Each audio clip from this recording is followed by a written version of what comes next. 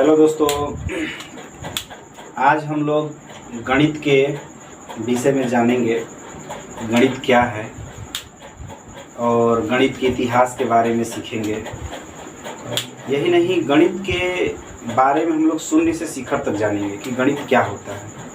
लेकिन उससे पहले हम लोग कुछ गणित के इतिहास को समझने का प्रयास करेंगे और गणित के इतिहास को संक्षिप्त शब्दों में समझने का प्रयास करेंगे कि गणित का इतिहास क्या है। आइए देखते हैं कि गणित का इतिहास क्या है। दोस्तों, गणित का इतिहास उतना ही प्राचीनतम है, गणित का इतिहास उतना ही प्राचीनतम है जितना कि मानव समाज की सभ्यताएं हैं, जितना कि मानव समाज की सभ्यताएं हैं। दोस्तों, मानव समाज की सभ्यताओं से क्या रिलेशन है गणित के इतिहास की। मानव समाज की सभ्यताओं का और गणित का रिलेशन है। क्यों है? क्योंकि जब मानव समाज एक सभ्यता में रहना शुरू किया था, उसी समय मानव समाज एक विकास के क्रम में चल पड़ा था। जब मानव समाज विकास के क्रम में चल पड़ा था तो उस समय इस दुनिया में कुछ मुख्य रूप से सभ्यताएं सामने आई। जब मानव समाज किसी विशेष चीजों के बारे में चिंतन करना शुरू किया तो उसमें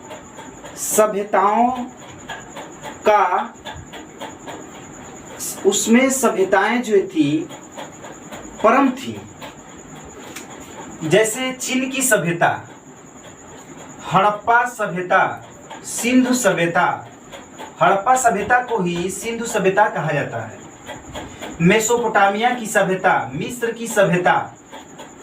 इसमें सबसे प्राचीन सभ्यता देखा जाए तो मेसोपोटामिया की सभ्यता है।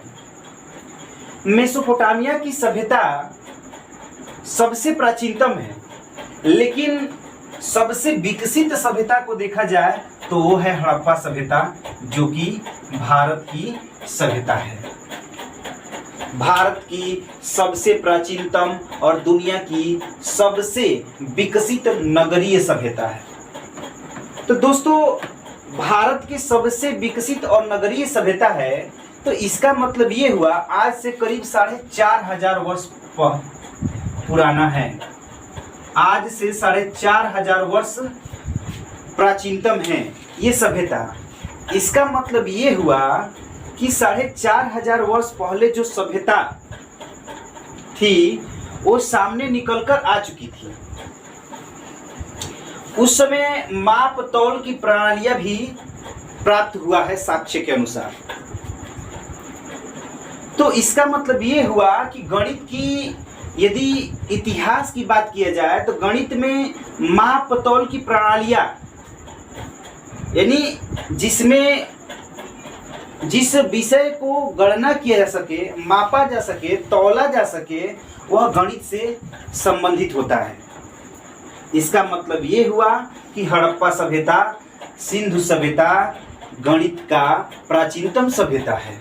यानी गणित की जो शुरुआती इतिहास बात किया जाए तो गणित की शुरुआती इतिहास हड़प्पा सभ्यता ही माना जाएगा।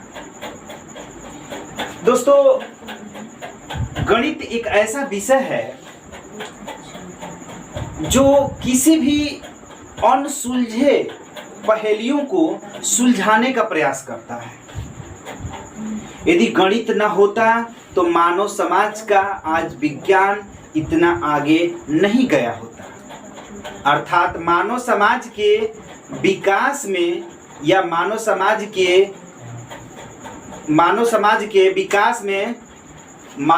के विकास में जो गणित की अहम भूमिका है, जो आज जिस मानव समाज जितनी इनकी विज्ञान आगे चल दिया है, उसमें मानव समाज की उसमें गणित की अहम योगदान है। यदि गणित की परिभाषा की बात किया जाए तो गणित ऐसी विद्याओं का समूह है, गणित ऐसी विद्याओं का समूह है जो संख्याओं, मात्राओं, परिमाणों, रूपों और उनके आपसी रिश्तों, गुण, स्वभाव इत्यादि का अध्ययन करती है। दोस्तों, गणित जो है एक ऐसी विद्याओं का समूह है जो संख्याओं, मात्राओं, परिमाणों, रूपों और उनके आपसी रिश्तों, गुण, स्वभाव इत्यादि का अध्ययन कराती है। गणित क्या है? एक अमूर्त है, निराकार है, निगमनात्मक है। गणित अमूर्त, निराकार और निगमनात्मक प्रणाली है। गणित की कई शाखाएं हैं, जैसे अंकगणित, रेखागणित, त्रिकोणमिति, सांख्यिकी, बीजगणित, कलन इत्यादि। दोस्तों, गणित में अभ्यस्त व्यक्ति या खोज करने वाले वैज्ञानिकों को गणितज्ञ कहते हैं। गणित में अभ्यस्त व्यक्ति या खोज करने वाले वैज्ञानिकों को गणितज्ञ कहते हैं। यदि गणित का स्टार्टिंग टाइम देखा जाए, जिसमें मानव समाज गणित विषय का प्रयोग करने लगा था, तो वह था हड़प्पा सभ्यता और सिंधु सभ्यता, जिसमें माप तौल की प्रणालियां साक्ष्य के रूप में उपलब्ध हुआ।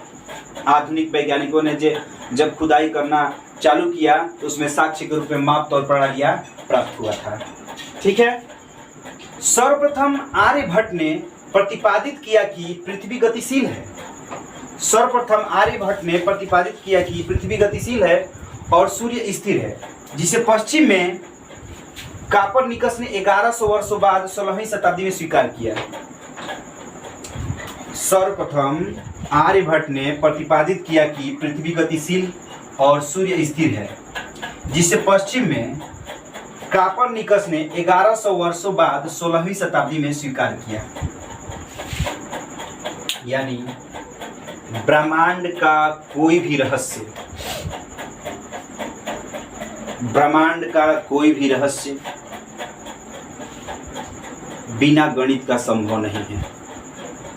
चाहे किसी भी रहस्य को हम जाने, उसमें गणित की अहम योगदान है। आर्यभट्ट ने बताया कि पृथ्वी गतिशील है, सूर्य स्थिर है। यह कैसे बता पाया? यानी बताने के पीछे तात्पर्य यह है कि आर्यभट्ट को गणित का ज्ञान था। आर्यभट्ट को गणित का ज्ञान था,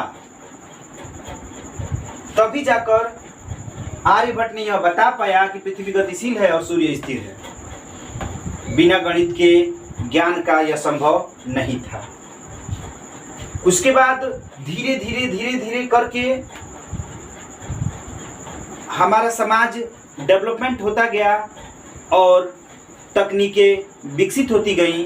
धीरे धीरे आगे चलकर सन 1600 ईस्वी में भास्कर प्रथम आए। सन 1600 ईस्वी में भास्कर प्रथम आए, जो गणित के एक महान गणितज्ञों में इनका भी नाम आता है। भास्कर प्रथम ने गणित में अपना अहम योगदान देते हुए महाभास्करीय, आर्यभट्टीय भाष्य, लघु भास्करीय नामक पुस्तकों की रचना की, जिसमें आर्यभट्ट प्रथम द्वारा, जिस आर्यभट्ट की बात कर रहे हैं, जो आर्यभट्ट ने बताया था कि पृथ्वी गतिशील है और सूर्य स्थिर है, वही आर्यभट्ट को ही आर्यभट्ट प्रथम के नाम से जाना जाता है। और बताया जा रहा है कि जिनमें आर्यभट्ट प्रथम द्वारा प्रतिपादित सिद्धांतों अर्थात उनके गणितीय सिद्धांतों को विकसित एवं विस्तृत किया। किसने विस्तृत किया? किसने विस्तृत किया? भास्कर प्रथम ने। किसने विस्तृत किया? भास्कर प्रथम ने। अनिर्धार्य समीकरण पर इन्होंने उल्लेखनीय कार्य किया। अनिर्धार्य समीकरण पर इन्होंने समीकरणों के बारे में, जो समीकरण सॉल्व नहीं होते थे उस समीकरणों को सॉल्व करने का नए नए तरीका भी दिए। इसलिए भास्कर प्रथम का गणित में अहम योगदान रहा।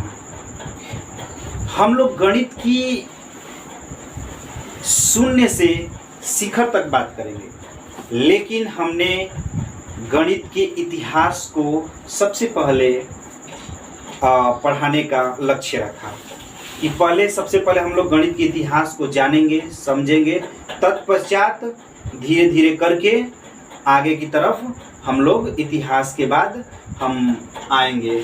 आगे क्या होगा अगले वीडियो में बताया जाएगा।